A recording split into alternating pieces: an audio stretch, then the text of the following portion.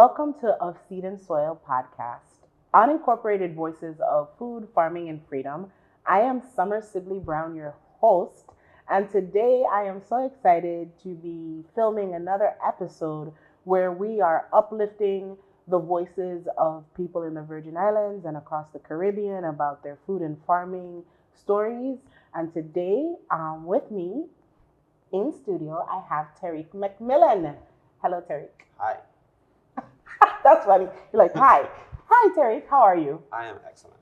So, I guess to jump into this conversation, I'm just going to rip the band aid off because what most of our listeners will learn as they subscribe, like, and watch Of Seed and Soil is that I have deep and intimate relationships with almost everybody they're going to see on this podcast. And so sometimes that means I forget to do the whole introduction because I'm super comfortable with you. So I'm going to do a formal, hi, Mr. McMillan. How are you? I feel great. Can you please talk a little bit to us about who you are and what you do? My name is Tarik.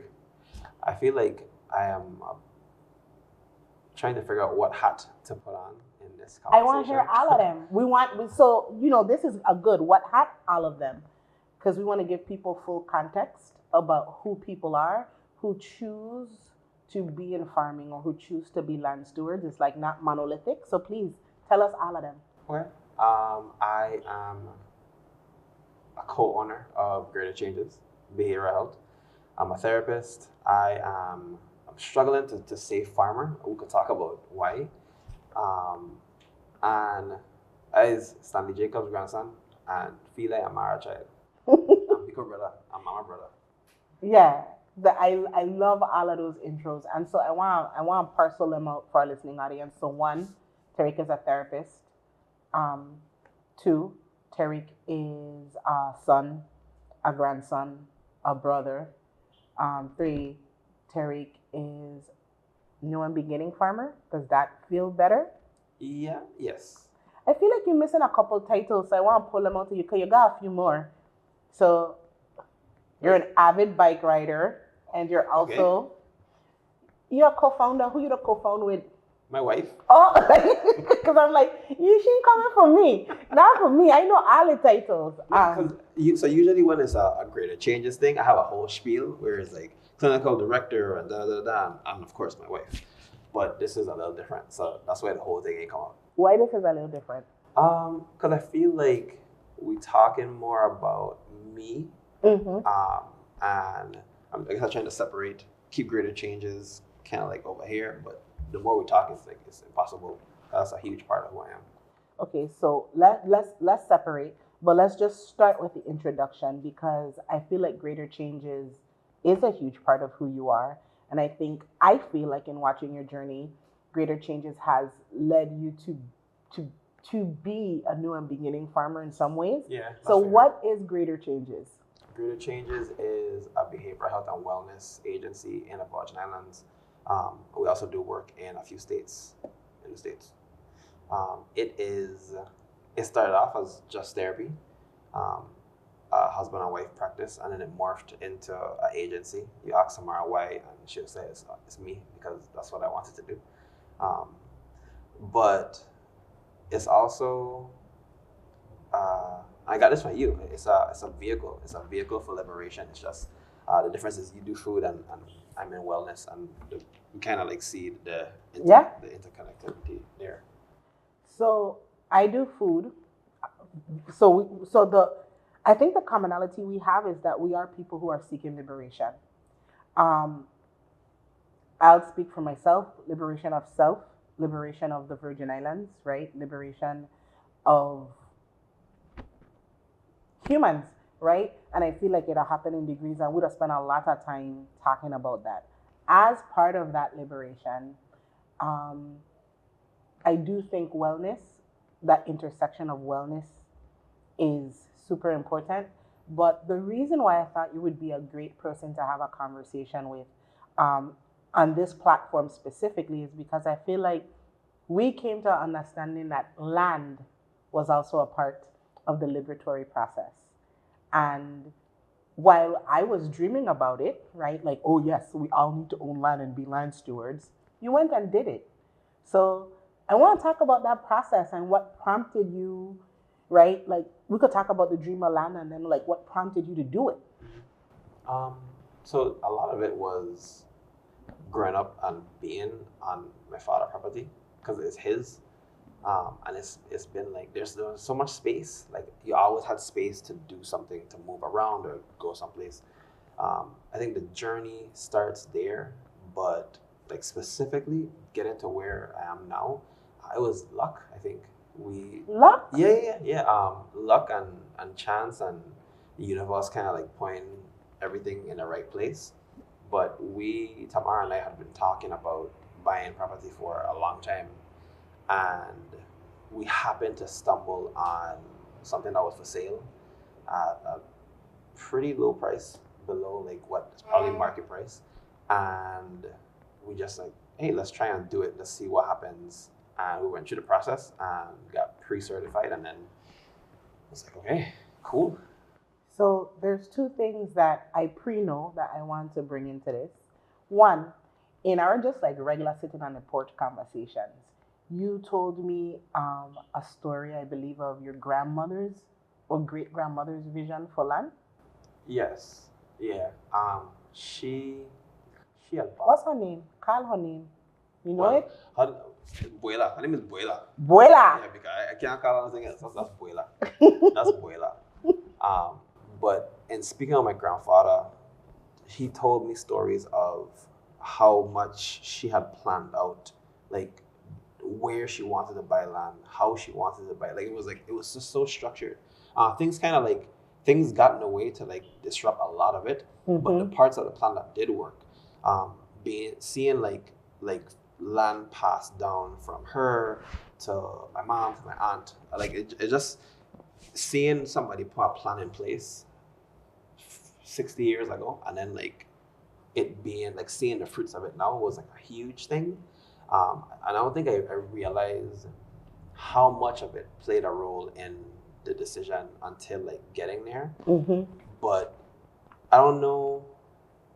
I don't know if I thought about it in the entire process. Maybe like it was just something like in the back there as an influence, but a lot of it was like we should own land.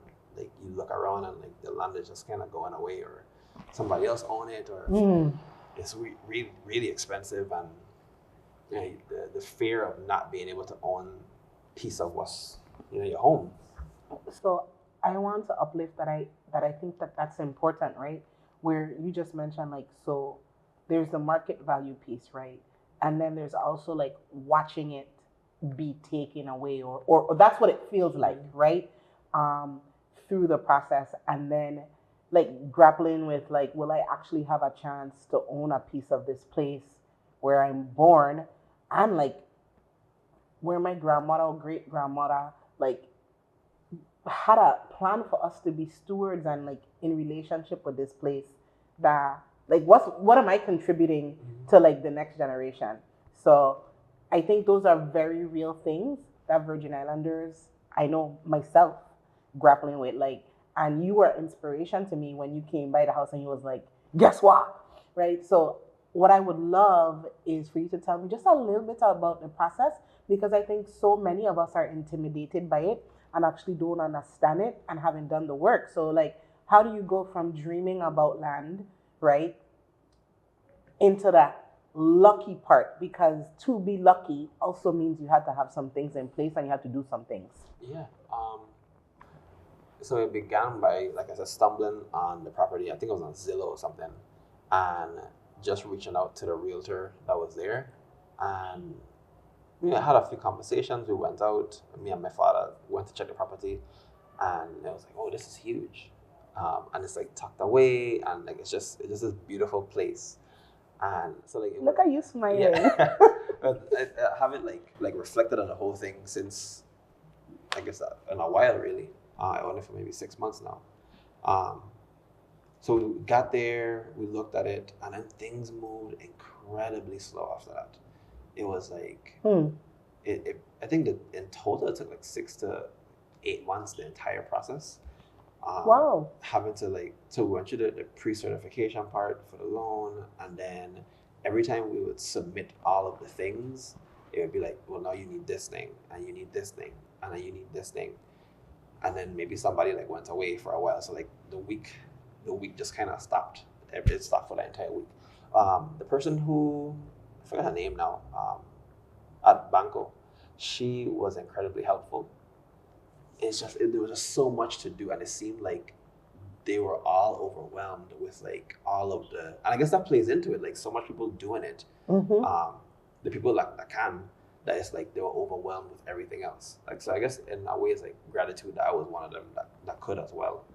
But we got there, and then when we got to the final end of it, they then said like, oh, I think you need to have someone co-sign on it.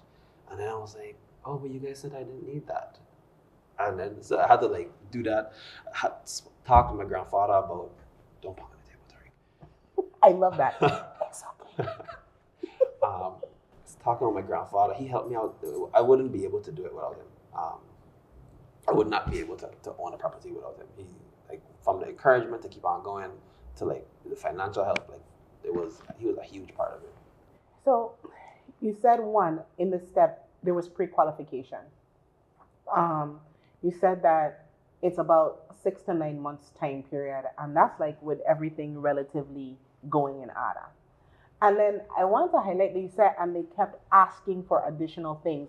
So like you walk in to the bank, right? You decided on a bank, you pre-qualified, and then it was just like, okay, here you go, sir, right? Because I think a lot of times we have a misconception of what it means to go from non-business owner to business owner, non-farmer to new farmer, non-landowner to landowner, right? This is all process, and all along the way, even though you were lucky, even though you still consider this now as happenstance, even though you had encouragement and support, you were actually in a process. Did that process ever get frustrating? Did you ever be like, I done with this one? Like, there was a for the few birds? times. There was a few times where I was like, tomorrow maybe this just ain't in the cards. Maybe this is something that we just put off for now and figure something else out later.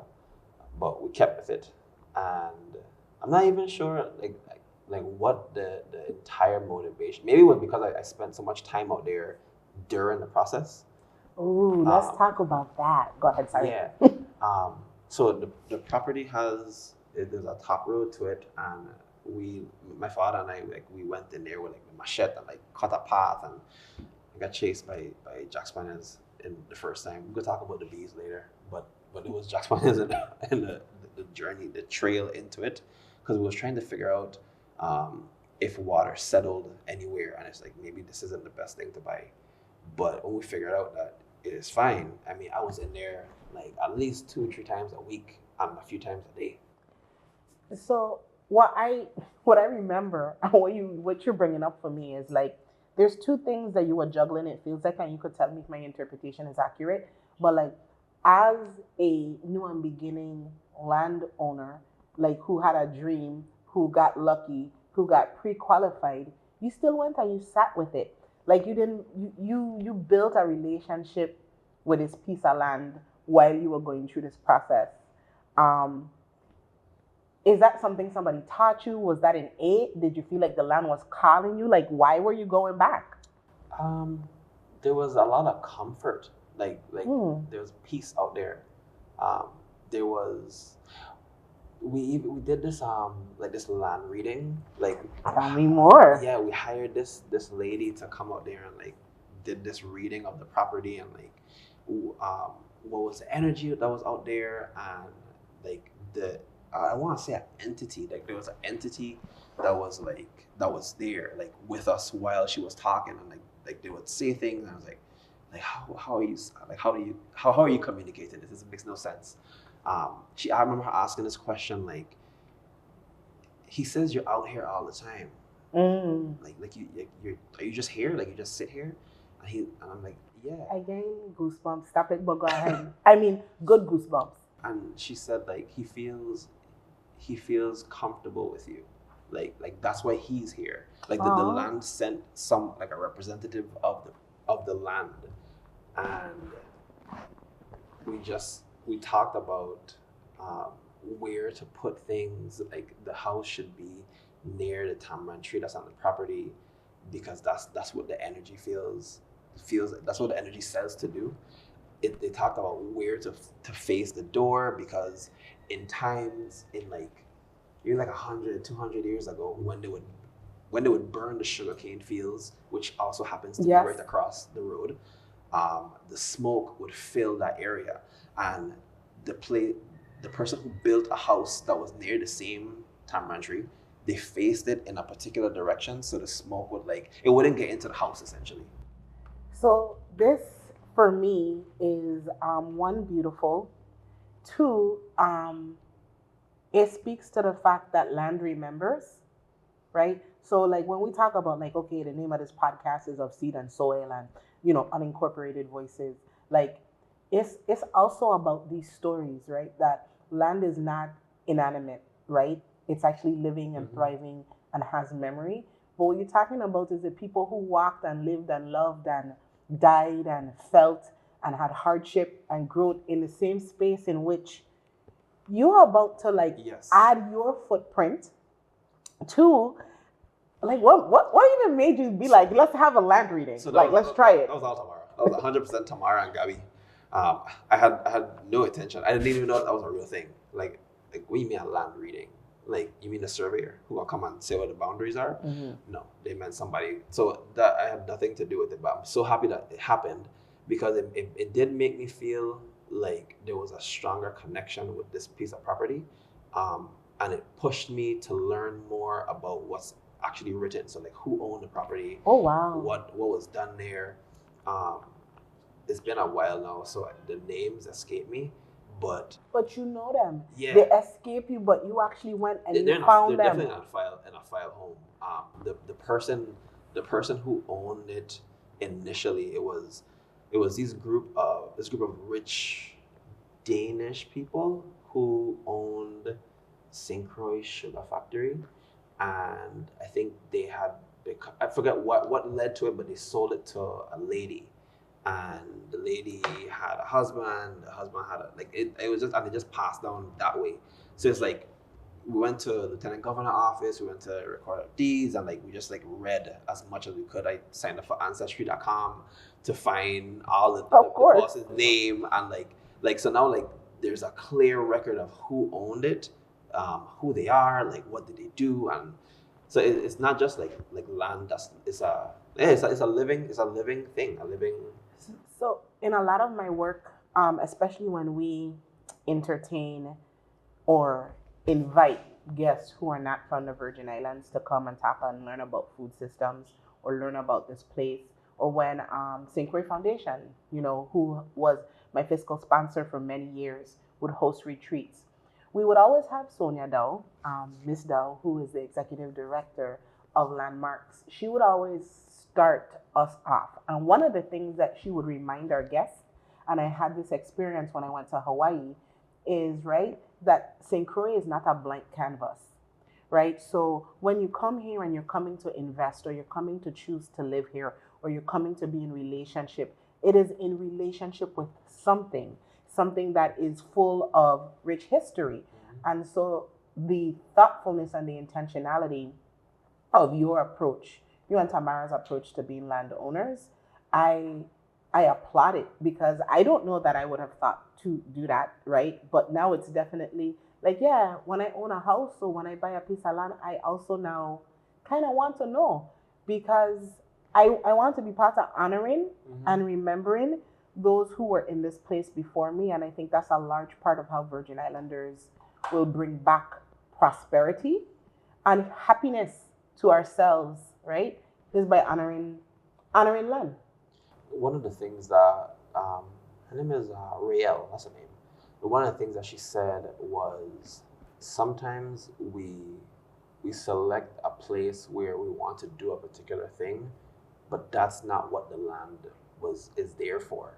So she's been a part of different projects, or went out there to help different people who maybe they're building they're building a boutique bed and breakfast or something, but the land doesn't want that. The land wants it to be something that's for a rehabilitation something, or a wellness something, and everything that goes there that's against what the land wants just fails.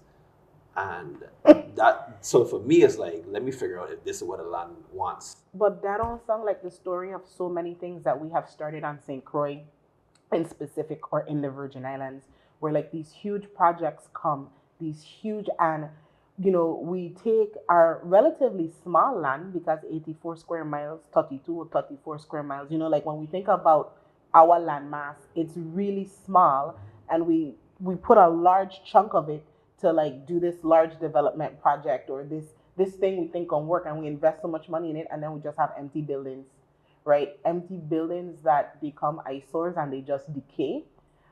It could be because the land were rejecting it from the beginning. Yeah. And I think it does tie into the work that Greater Changes did in like the agriculture field, because when we worked with VI Department of Agriculture and the Sage VI, one of the things that we were intentional about was, because the project was in understanding trauma in farmers and how to build programming for farmers and get different resources.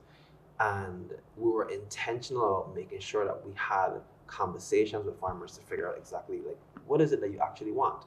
Because so many times we come into a space and we have this great idea and we say, hey, take this idea, and then when it doesn't work, you blame the people for being ungrateful or not wanting to use it or whatever. So I'm going to say something that I often say that I don't normally say to the mass public, because I think, like, I mean, cancel culture is real, right?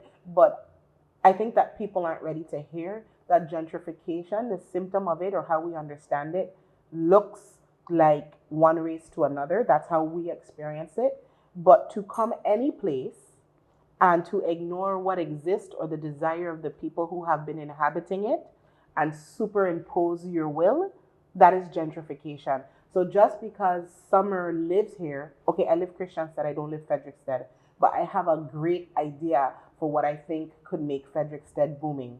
And I don't consult or even seek to understand the ideas, the needs, the desires, the lifestyle of people in Frederickstead and offer my idea to them and be like, hey, is this something you're interested in?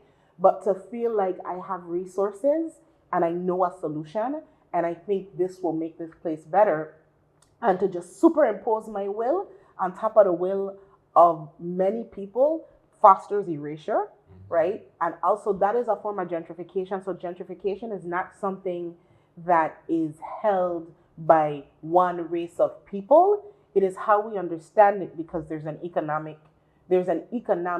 factor that allows for people to move resources quickly and to change the surface of areas of land, in this case quickly, that we relate to being like a white and black divide, where we all can embody like that spirit of gentrification.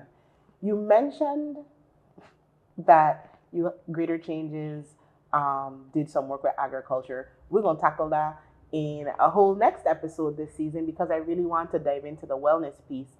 But what I want to talk to you about, so now you're a landowner. So you weren't a landowner. You had a legacy of land. Buela started a legacy of land, intentional planning. Some of the things worked, some of the things didn't, but there was something to pass on. Happenstance happens. You find this little piece of land. You go through the process.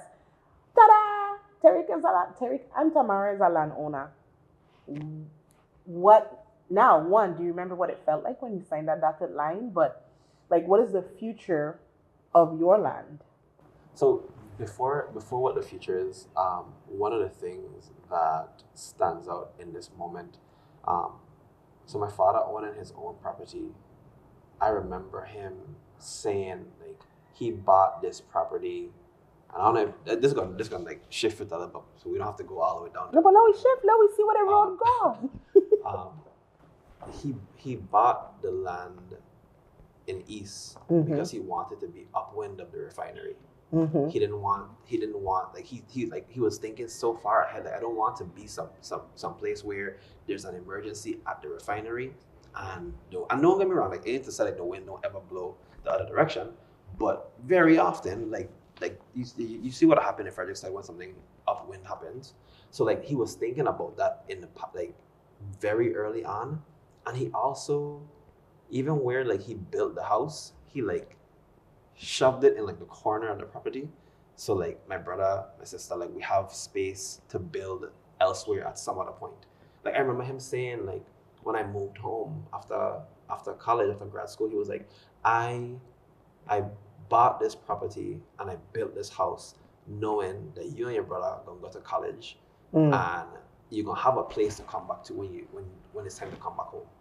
So like there's all that stuff that happened there. So that's that part. And now for me, when I think about what the future looks like, um, I don't know. I don't know exactly what it's gonna be. I know right now it's the plan is to have a farm that could sustain me and my family. I don't know at what point it becomes like this is what I sell and this is how I make money. But for right now, it's like I want to be able to grow the food that I eat. So I think this is another thing I would love to highlight in our conversation because you went to college. What college you went to? I went to Gannon University in Pennsylvania and then Duquesne University, so Erie and then Pittsburgh. So you came home, you have your degree, you founded a business. You're a businessman. You are a co-founder of an agency. You didn't say business, you said it's an agency, right? Which I love. And you choosing to farm? Why? It's important.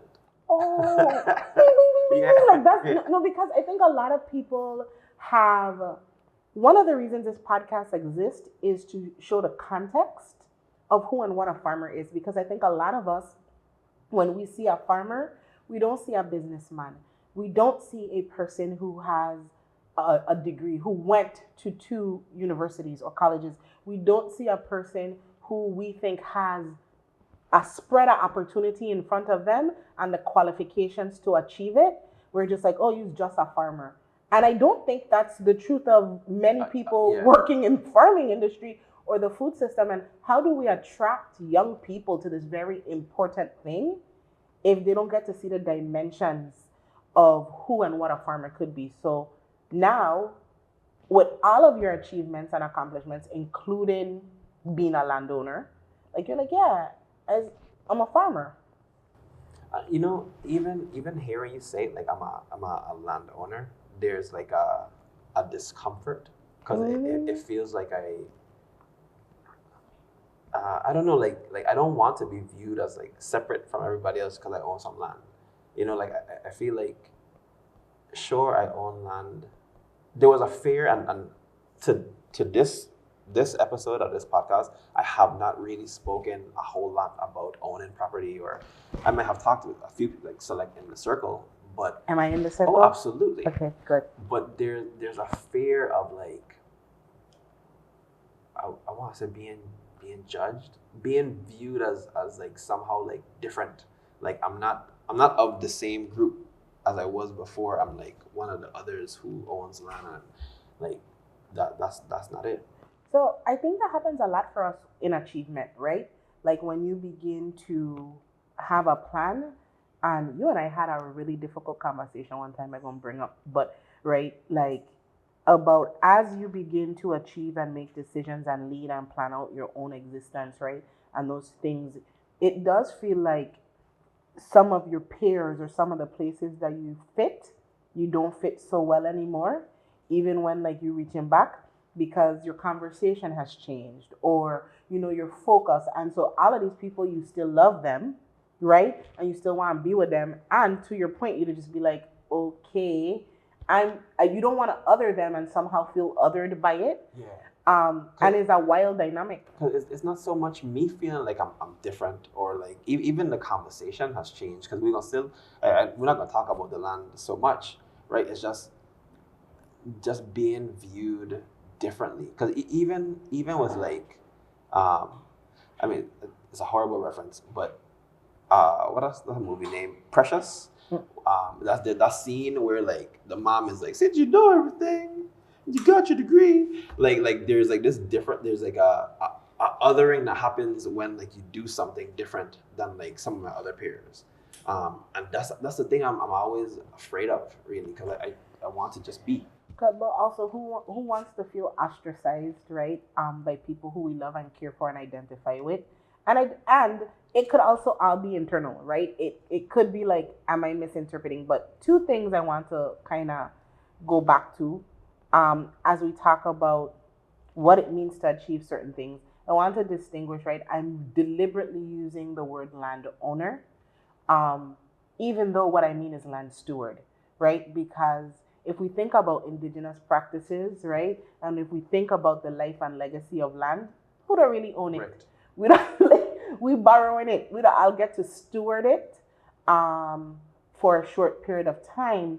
But I also think it's important for our generation and for people for whom the opportunity to steward land, and the Virgin Islands have a legacy, to your point, right? When you talk about your great grandmother, right, who had a plan for land, in this particular place, land ownership or land stewardship was led by people who look like us. My great grandfather, John Joseph Sibley, right? Him and many of the other French families in St. Thomas, they stewarded large swaths of land.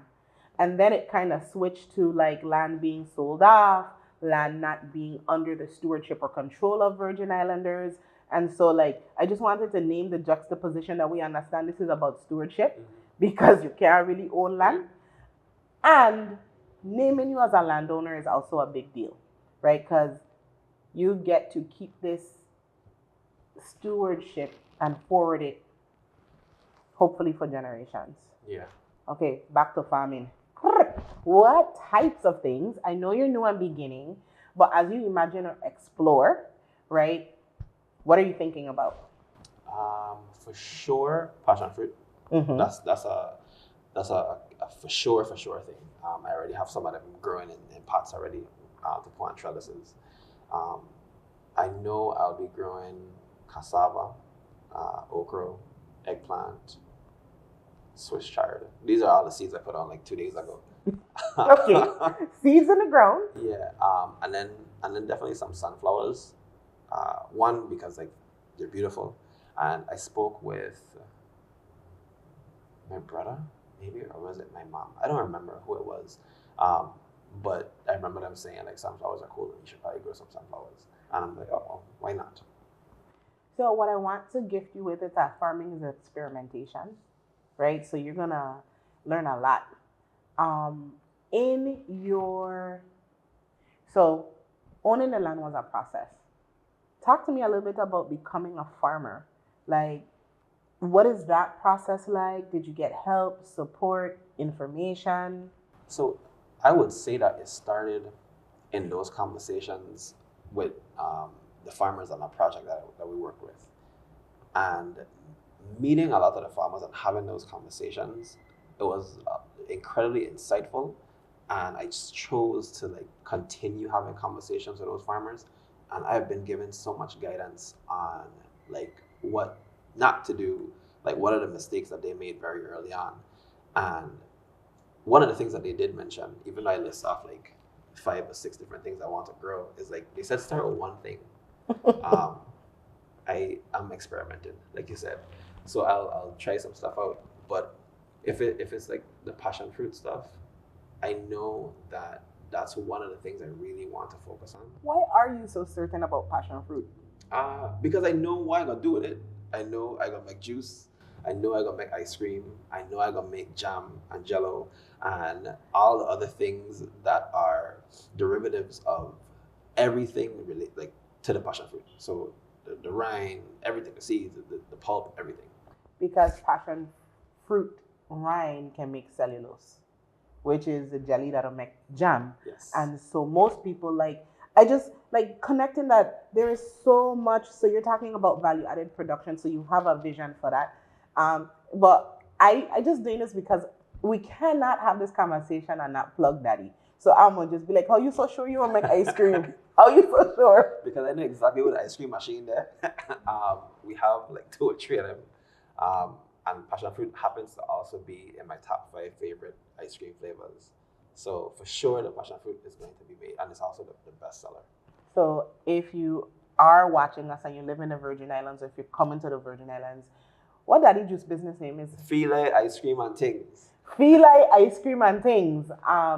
So I'm calling him daddy because he's a father figure to many people in his community, and especially to me, right? So one of the reasons we know each other so well is your father.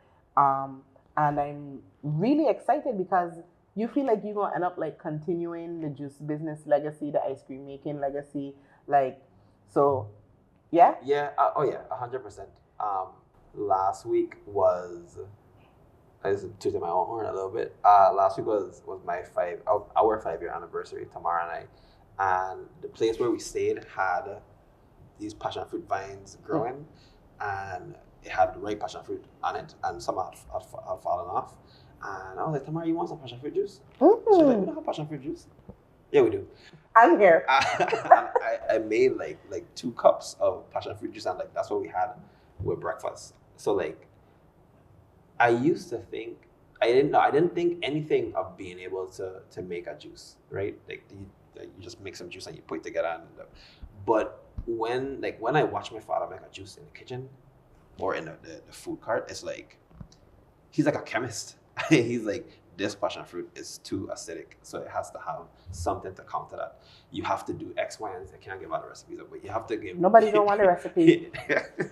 You'd be surprised. I mean, well, not on this show in this moment. We keep your patents. God, boy, if you see this, yeah, but Tarik, you can't tell people these things.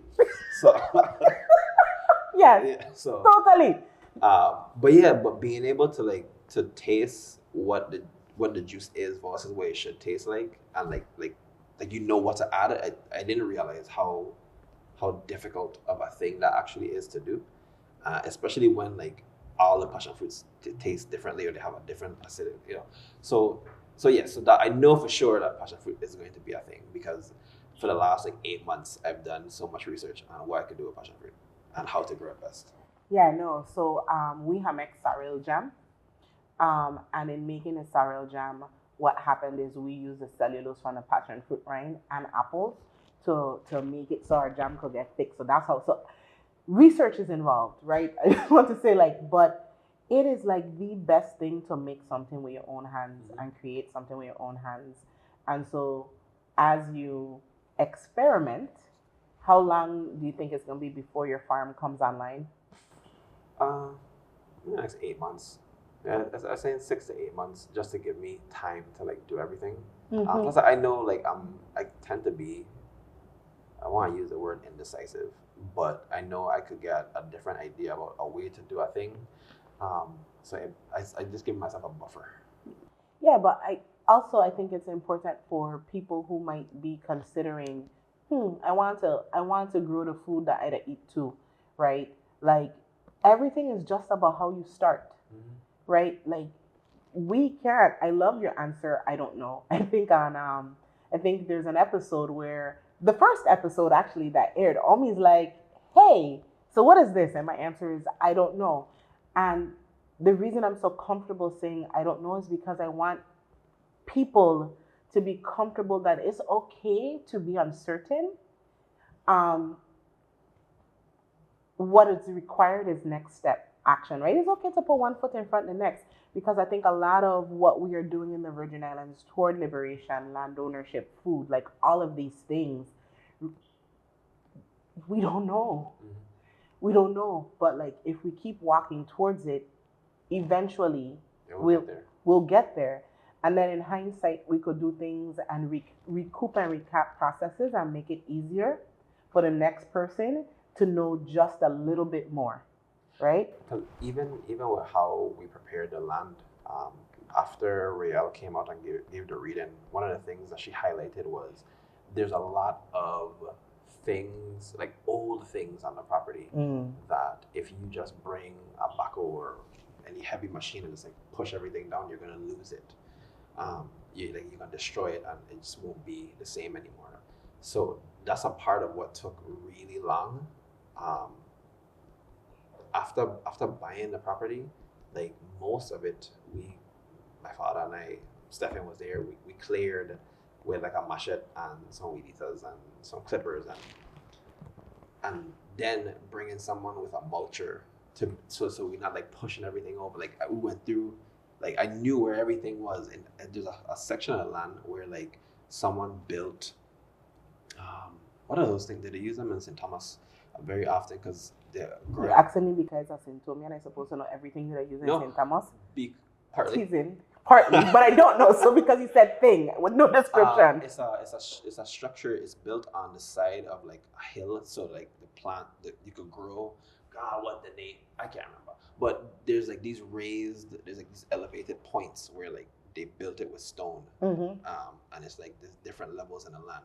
Terrace. There it is. See, I Come on. know you would I know. Oh, terracing, yes. So, had I just like gone through there with a machine, it would have just tear them down. So I stumbled on it.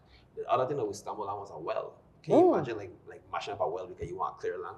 You know, so like I can't imagine it because I think like modern day agriculture says take a piece of heavy equipment and run through land as opposed to I feel like your exercise help you to get to know the land.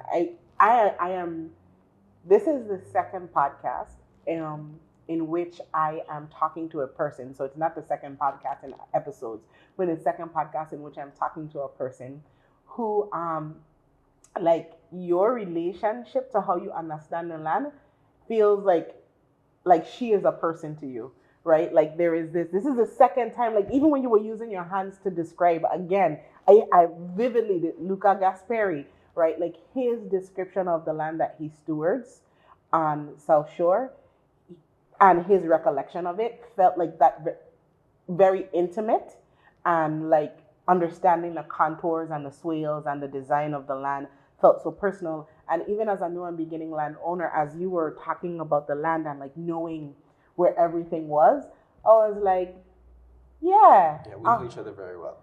Yeah.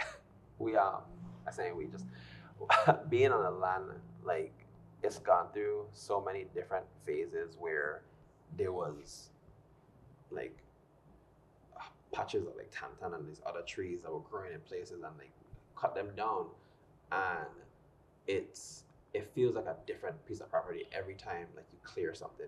Like you could be there and feel like disoriented because you don't like you cut all of this stuff and now you're looking around like I don't remember how to get out. Like I've gotten lost like walking through because I clear a section over here. And can I ask how big is the land? It is 2.25 acres.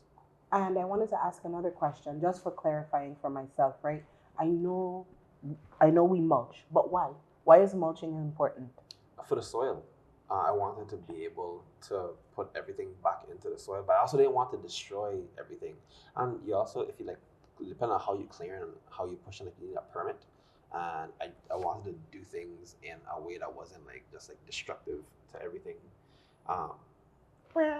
Let's rewind. So you own the land, but in order to do certain processes on the land that you are now owning / stewarding, it requires a permit. A permit from who? From DPNR. Actually, there was an interesting situation. The day that it was being cleared with the skid steer. What's a skid steer? I only learned that term 2 days ago. So I've learned the term 4 months ago, and I've been talking about skid steers as part of like what could go in a emergency disaster trailer to support. But I actually don't. I guess I gotta Google it because I actually don't know what a skid steer looks like. I know how to describe it. It's a lot smaller than a buckle. Okay, that's helpful. And while you still like could dig holes and stuff if you needed to shape stuff, like what the reason why I use it. One, it was a favor from a friend who helped, and my neighbor also happens to like that person knows all the rules, and we had a situation where they saw me clearing it and they thought that I was like digging into it and shaping it and changing the earth, and it's like no, like I love her. I don't want to do that. Like that's not what this is. And I was actually really amazed when I saw the machine working because I've only seen these machines like just completely like uproot something or dig up something. Like he was so gentle in how like he like barely scraped the surface to remove the mulch that was there for like a few months. And I was like, oh, you're being so gentle with her. Thank you so much. This is going to be a wild reference or a good reference, right? But just yesterday I watched a podcast, Voices of Iwa, talking about Ogun. and Ogun is the Orisha that represents like metal strength. You know, like in a lot of places, people see it as like brute force or like warrior, like right, like just victory.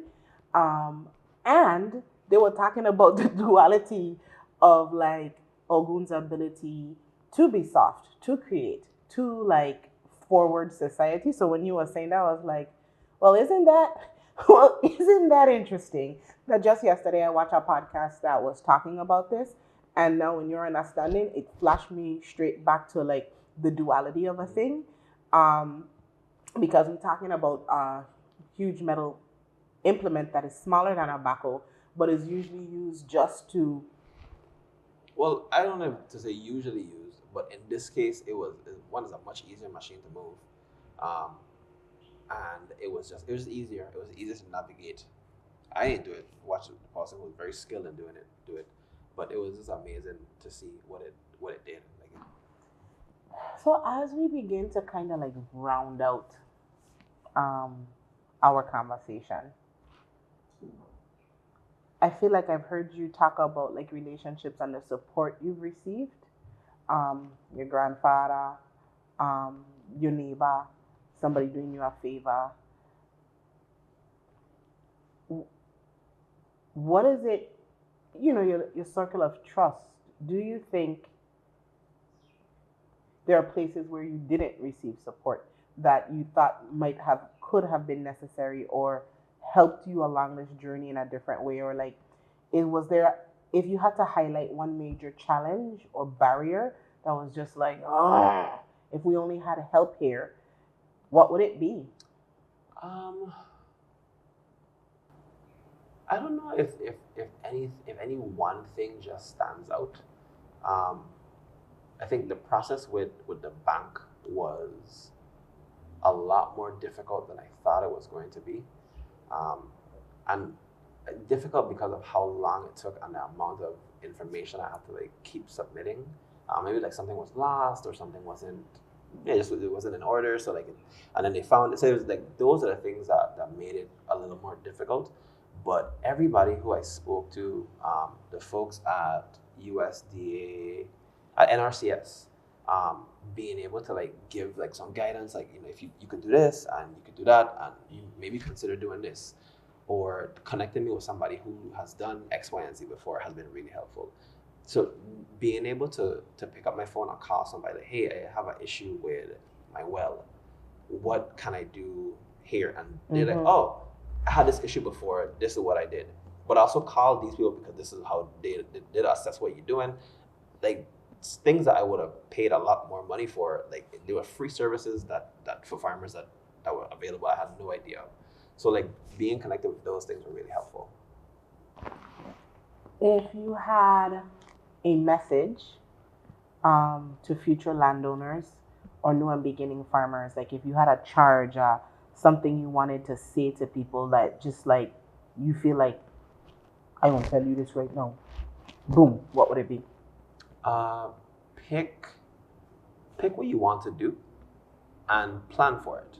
Like actually take the time to be intentional about what you want to do and decide if what you're going to do requires any outside assistance. Like do you need to partner with a friend or two or a family member to help you do X, Y, and Z? And if you don't, that's cool too, but know what goes into it.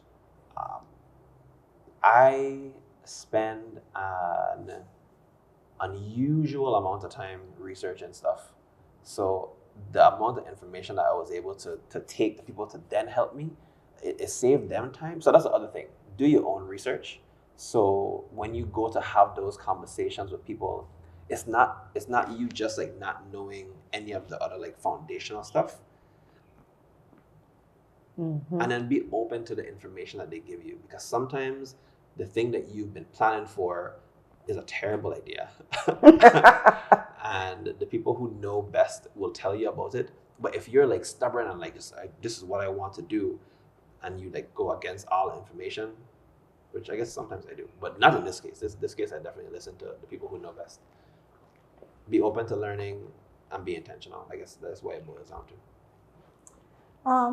I am so grateful that you said yes and that you came on our podcast today because your voice and your experience are super important. So thank you. I really enjoyed this conversation. And to you, viewing audience, I'm going to ask you to please like, watch, subscribe, and share. And if you have the opportunity to support someone who is becoming a new landowner, or if you are excited yourself about becoming a new landowner, right? Reach out to me. I'll see if I can connect you. If you want a land reading, and remember, when you leave your house today, try and see if you see a farmer, a farm stand. Pick up some seeds so you and your kids could plant together because we are all in this and we're moving towards liberation. Thank you.